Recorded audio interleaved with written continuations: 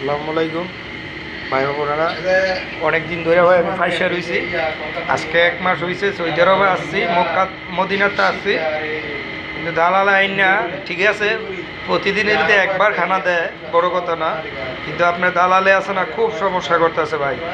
1 মাস ধরে আইসা রয়েছি, কাগজও বারো না, কোনো কিছু বারো না, কাগজ বার হয়েছে, যাই বার হয়েছে, কিন্তু দালালে যেই শুরু করে দিছে ভাই।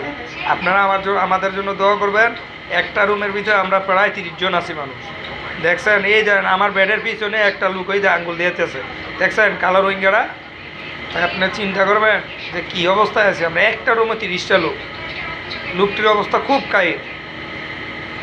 খালি আমার কাছে কিছু কিছু খাওয়ান দেয়, আমি তা করে কিছু দেই, আমিও কিছু খাই। তা আপনারা আমার জন্য দোয়া করবেন। আমি যেন, আপনারা আমাদের বাঙালি, আমাদের বাড়ি দাউদকান্দিতে, হ্যাঁ, আপনারা সবাই আমার জন্য দোয়া করবেন। এই আমার লগে লগে যেটা, এটা রোহিঙ্গা এলাকাতে আইছে।